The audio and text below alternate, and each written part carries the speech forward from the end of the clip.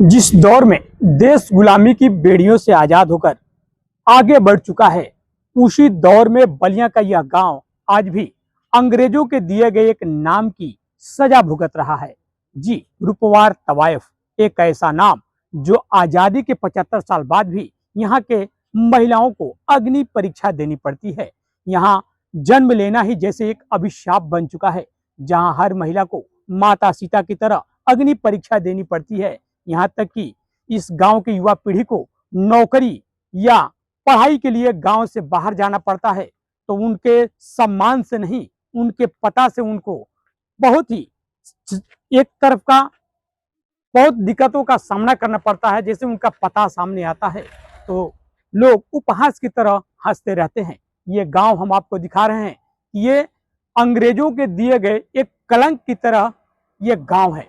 इस गांव का नाम बदलने के लिए यहाँ के लोग प्रधानमंत्री से लेकर के मुख्यमंत्री, राष्ट्रपति से लेकर के जनपद के लोकल जनप्रतिनिधि मंत्रियों तक का गुहार लगा चुके हैं, लेकिन ये गांव का नाम आज भी नहीं बदला। इस गांव की जनता की मांग है कि और आस भी इस गांव की जनता लगाए बैठी है कि एक न एक दिन इस गांव का नाम जरूर बदलेगा। इस गांव का नाम भगवान के नाम पर इस गांव को लोगों को रखने के लिए मांग कर रहे हैं। इस गांव को देवपुर के नाम से जाना जाए, इस गांव के लोगों को यही मांग है। ग्रामीणों का आज भी आस लगा हुआ है।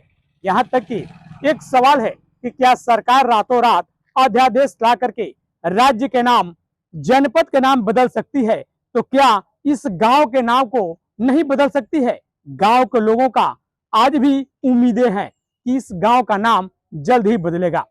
बलिया से राणा प्रताप सिंह की रिपोर्ट। जिस दौर में देश गुलामी की बेड़ियों से आज़ाद होकर आगे बढ़ चुका है, उसी दौर में बलिया का ये गांव आज भी अंग्रेज़ों के दिए गए एक नाम की सज़ा भुगत रहा है। रूपवार तवायफ एक ऐसा नाम जो आज़ादी के 75 साल बाद भी यहाँ की महिलाओं के लिए अभिशाप बना हुआ है। यहाँ जन्म लेना ही जैसे एक अग्नि परीक्षा है, जहाँ हर महिला को सीता माता की तरह बार बार अपनी पवित्रता, अपने चरित्र और अपने सम्मान को साबित करना पड़ता है। गांव की बेटियां जब पढ़ाई या नौकरी के लिए बाहर निकलती हैं, तो उनका हुनर नहीं, उनका पता सवालों के घेरे में खड़ा कर दिया जाता है। बुजुर्गों से लेकर युवा पीढ़ी तक सभी एक ही मांग कर रहे हैं कि इस गांव को उसके नाम से नहीं, उसके सम्मान से पहचाना जाए। सवाल बड़ा सीधा है, क्या सरकारें अध्यादेश से शहरों के नाम बदल सकती हैं? तो क्या इस गांव से सदियों पुराना कलंक मिटाने के लिए एक आदेश भी नहीं आ सकता? गांव वालों की उम्मीद अब भी जिंदा है कि एक दिन रूपवार तवायफ नहीं, बल्कि सम्मान के नाम से जाना जाने वाला गांव बनेगा देवपुर। क्या नाम है आपका? मेरा नाम सुरेश कुमार वर्मा है और मैं इस ग्राम सभा रूपवार तवायफ का रहने वाला हूं। और ये जब हम लोग जन्म से पहले से ये हर जगह ये रूपवार के आगे तवायफ जो लगाया गया है, ये बात उन्होंने को पुरजोर ने बताया है कि ये बहुत पहले यहाँ पे वेश्यावृत्ति, ये गलत शब्द है लेकिन अब कहना मजबूरी है कि यहाँ होता था। और यहाँ के अंग्रेजों के टाइम में राजा महाराजा जो यहाँ के छोटे मोटे थे, वो लोग ने इस तरह के यहाँ बसाए थे कि हम लोग कभी भी आ करके और यहाँ अपना टाइम मतलब गुजारे। लेकिन वो आज अंग्रेज भी चले गए इस देश से, लेकिन उसकी उनका कलंक नहीं, कलंक जो है आज तक हम लोग अपने ढोते आए हैं। आज हम लोग पढ़ते थे तो जब किसी बाहर में जाते थे, कहीं हम लोग आईडी कार्ड दिखाते थे तो मतलब कोई कुछ बोलता तो नहीं था, लेकिन अंदर से दिखाने के बाद खुद ग्लानि होती थी कि वो अंदर से क्या सोच रहे हैं कि हम किस गांव से बिलोंग करते हैं। आज की हम लोगों के घर की महिलाएं कोई जॉब में है और जॉब के काम से कहीं बाहर जाती है और उनको होटल वगैरह में रुकना होता है और अपनी आईडी कार्ड दिखाती हैं, तो उनको गलत निगाह से लोग देखते हैं, जो हम लोगों को बहुत ही खराब लगता है। और आज के डेट में योगी जी, योगी बाबा सारा बड़े बड़े शहरों का नाम चेंज करती है।